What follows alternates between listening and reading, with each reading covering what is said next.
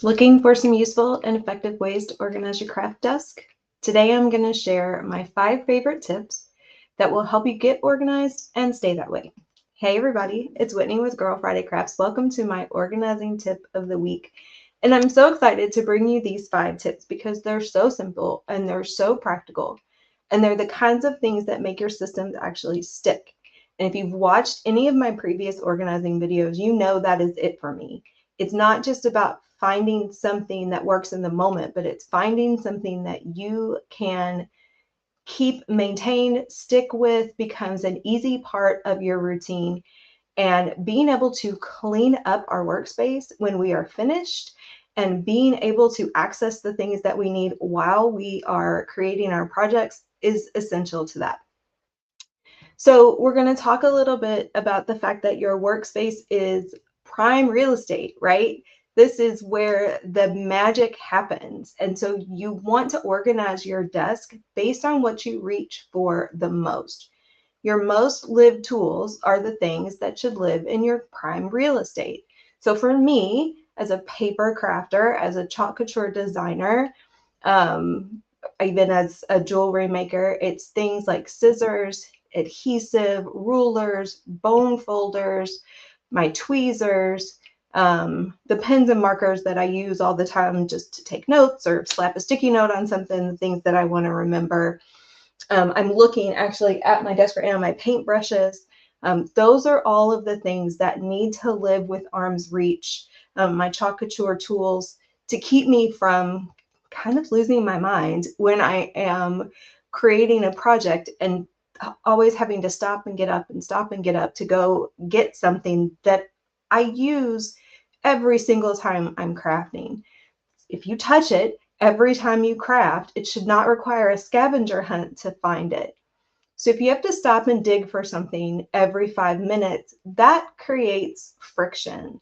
And friction reduces our creativity. Friction creates this sort of negative feeling that we have about our craft space, and that diminishes the joy that comes with crafting. So we want to minimize that friction by storing what you use the most, what you use every time you craft, on your desktop so it's easily accessible.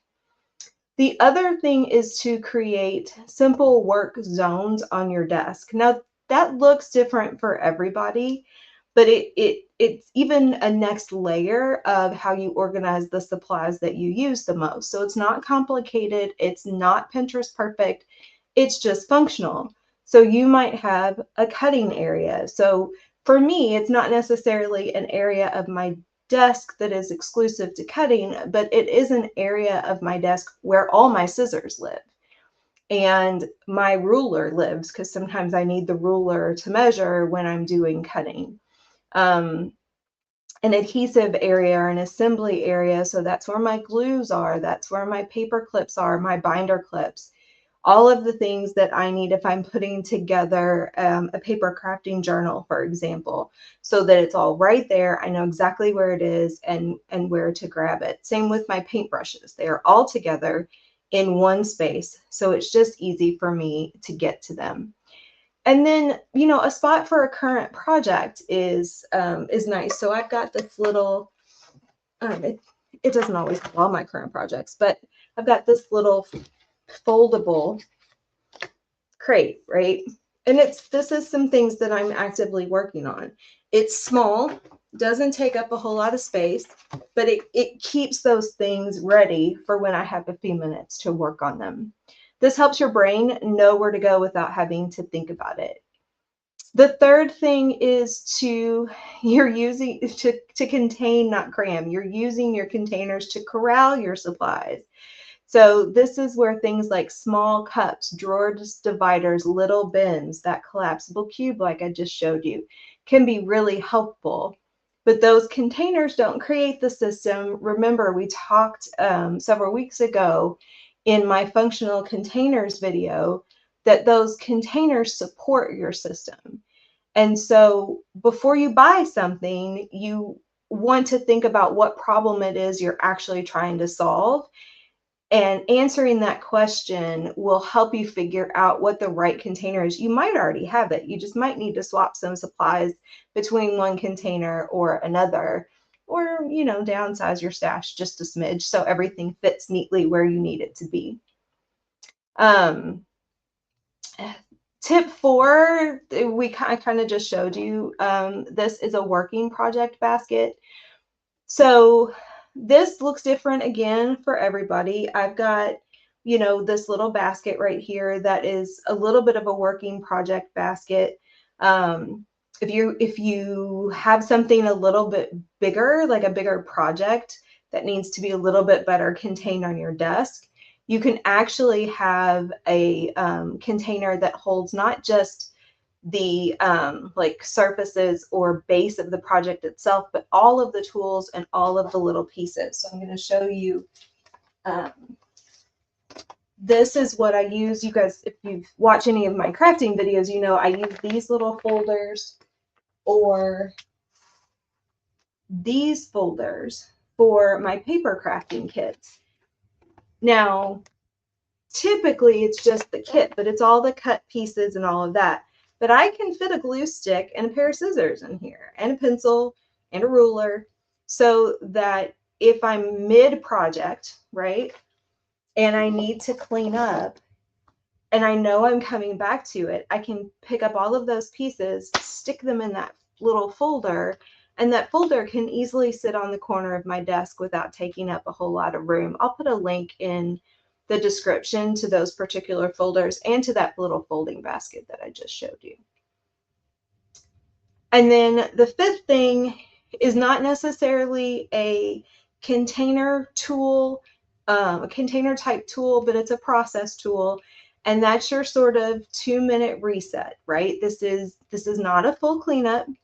This is just what I call getting your desk back to square, which means you can see your workspace. You know where everything is. If you need to pivot, because for me, my craft desk is also my day job desk. When I am switching back and forth in between, I can come in the morning for my work day to a clean desk where I can put my planner, put my notebook, work on something. My craft things are still there and accessible, but I've done that 2-minute reset so it's not sort of chaos every day when I come in and try to work in the space. So at the end of your crafting time, and this is also the part that makes this sustainable, put your tools back, clean your scraps, move things off of the primary area onto like some sort of side spaces, and then sort of reset that space. Organization can happen in the margins, right? It can happen in those 5 and 10 minute spots that we have. It doesn't require a whole Saturday to fix if we incrementally kind of keep things cleaned up as we go. So if your desk still isn't working for you or isn't working for you at all, pay attention to what you keep reaching for, what keeps piling up, what slows you down. If we stop a minute and do a little bit of analysis, we can oftentimes figure out what the problem is and come up with an easy solution. If this is your first time joining me for these videos, check out the other videos in this playlist.